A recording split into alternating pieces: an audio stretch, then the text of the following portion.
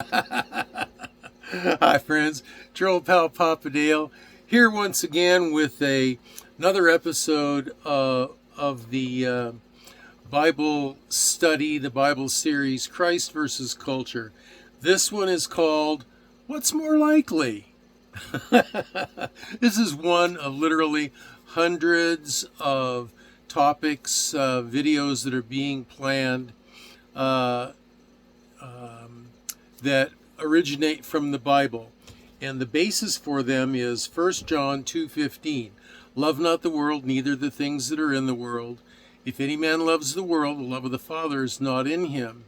And what that means, of course, is prioritize Christ more highly than anything else in the world. And these are lessons that are from the Bible that I've written articles about over the years, and am now converting to videotape for two reasons. One, so that they can be a body of content and educational for the Christian community today. And two, so that after the rapture comes, there will be a lot of people left behind and wonder what's going on and would like to seek information about Bible teaching. And so I leave this for them as well. Well, who am I? Well, I'm Papa Dale. Don't you recognize me? I am a retired pastor, teacher, theologian, evangelist, chaplain. I've done a lot of things in 50 years of service to the Lord Jesus Christ. Even been the chief cook and bottle washer sometimes. The guy that scrubs the toilet, sweeps the floor, stacks the chairs. That's me right here. Here you go, Papa Dale. During all those years, many of them, I also supported myself through being a businessman. I actually owned 8 different businesses and managed others for other people. So, the importance of that is there is a video that I made, Papa Dale intro video, that'll tell you a little bit about me, my education, my schools that I went to, my family life, and so forth. And the reason I made that is because it's important for you to know something about the people who purport to teach you about the Bible. Scripture says that in the end times, and we are in the end times, Scripture says that there will be a lot of false teachers that arise, and you don't want to be studying under them. And the way that you can know whether a teacher is false, you can get some hints from their life, their education, background, family, and so forth. That's why I left that video. But the main way is to listen to their teaching and compare it to what the Scripture says. It's got to be congruent. It's got to be consistent with what the Scripture actually says. Okay, if not, then they are very likely a false teacher, and you should probably leave them and go find another teacher, like Papa Dale. So, here we go. Pardon me. Clear my throat. Christ versus culture. What's more likely? Virtually, now catch this, pay attention, zone right in right away on this. Virtually all reputable scientists believe that physical reality began from nothing. Zero. Nada. No energy, no space, no matter, no time. Now try to wrap your mind around that. Not even space. A lot of times when we think of this concept, well, scientists believe this, okay, I can see that. We kind of picture in our mind space still exists, there's just nothing in it. No, space didn't exist, according to this theory of the scientists, that reputable scientists believe. This nothing randomly exploded into something, having a cosmic symmetry in over 100 known necessary, finely tuned components, such as the cosmological constant. If you don't know what some of these are, look them up, Google them. The cosmological constant, the gravitational constant, the strong nuclear force, the weak nuclear force, the speed of light, the mass of dark matter, the energy volume of dark matter. These components required perfect interrelational exactitude. Now, what that means is that the forces that created these particular components and about 99 others, that those forces, the different various parts of the forces required to create this component, had to be balanced like a recipe. A great cook balances a recipe. You can't just randomly throw in tomato sauce and however much salt you want and however much oregano you want and however much parsley you want and however much brown sugar, if that's the way you like your sauce. You can't just randomly throw in a bunch of this and that and the other thing and have it come out edible.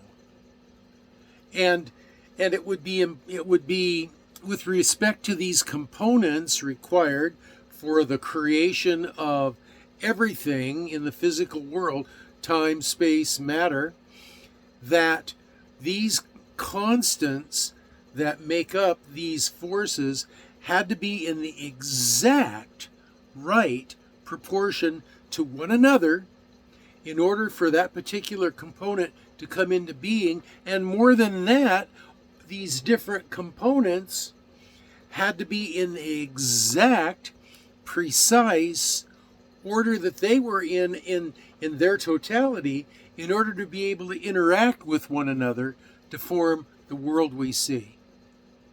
You begin to study this, and it's just absolutely astonishing, the exactitude that these forces had to have at the moment of their creation.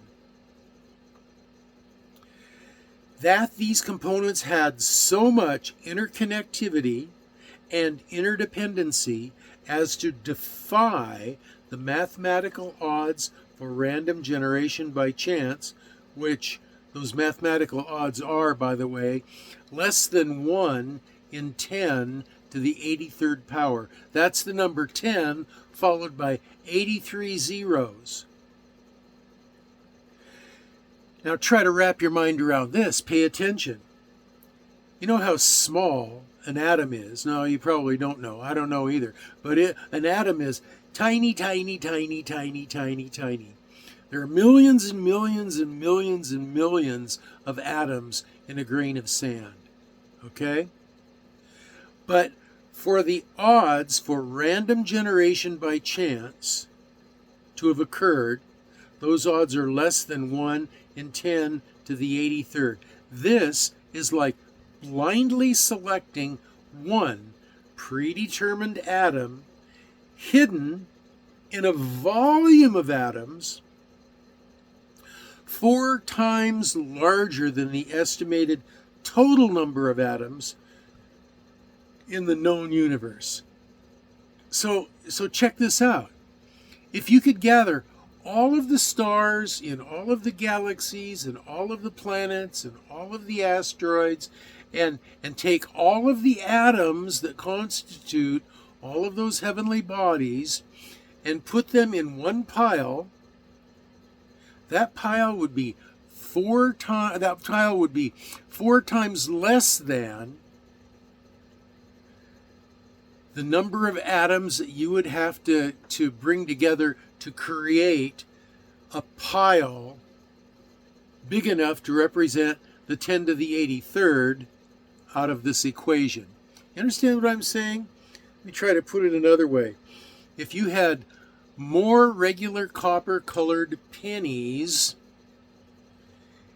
than 4 times more copper-colored pennies than all the atoms in the universe, and you spread them out over the whole state of Texas, I'm told that it would amount to a pile of atoms all over, or pennies, all over the state of Texas. Now, Texas is a huge state. It would amount to the number of pennies that would be 3 to 4 feet deep. Now, if you just painted one penny with fingernail polish, and someone flew over the state of Texas and threw this penny out into the pile, and it just kind of sunk down a couple of feet into the pile of pennies. And then you came along and blindfolded, you selected from the entire state of Texas, covered with pennies, 3 to 4 feet deep, you reach your hand in and you pulled out that one painted penny. The odds of that happening are the same odds as the universe came into existence randomly by chance. Why is that so? Because all of the forces of nature required to make this universe that we see. It's absolutely astonishing. Is it more believable or less believable to think that a timeless, spaceless, non-corporeal, personal, infinitely energetic, personal, loving, intelligent designer existing outside of space-time matter created it? So that he, as a spirit, as a metaphysical being, has an eternal existence which cannot be corrupted by being a physical person. Like in the physical world, the first law of thermodynamics says that matter can neither be created nor destroyed. The second law of thermodynamics says that matter is constantly becoming more and more disorderly. That second law basically is saying that the order that we see is decaying, and given an infinite amount of time, should have already decayed by now. Should have already just been a random mass of nothing. And so, which is easier to believe? That the material universe, which was created, all reputable scientists say that it had a beginning point, it was created, that physical universe just came together by chance in exactly the formulation that we have today, that is necessary for not only for life to exist, but for anything to exist, the planets, the stars, anything. Is that more believable, or is it more believable that there is a metaphysical entity, spiritual, supernatural, non-physical, so he exists somehow in a non-physical state? Some people have described him as an eternal mind. And that in his mind, he decided that he was going to create a physical component that he could enjoy. Which is more believable? I think both require faith. To believe that the laws of nature are simply his own nature reflected in physical form. So that even though regularity of activity in the physical world is normal, he has the ability to suspend that order and redirect it as he chooses, including things like the virgin birth, turning water into wine, healing the sick, walking on water, resurrection from the dead, and if you want to go back to the Old Testament, creating the 10 plagues in Egypt that forced Pharaoh to let the Hebrew people go, and creating thousands and millions of little particulates of manna for the Hebrew people to eat out in the wilderness, creating living water to come out of the rock, as Moses commanded it to do, to provide water for the Hebrew people in the dry desert wilderness. These are things that Scripture says that the metaphysical being God did. And he demonstrated these miracles, the suspension of the regularity of the normal order of the world, for his purpose. And so he demonstrated this in massive volume in both the life of Moses to confirm his identity and in the life of Jesus to confirm his deity. Now, which is more believable? You see, it takes greater faith to believe in the former than the latter. The former you have to believe in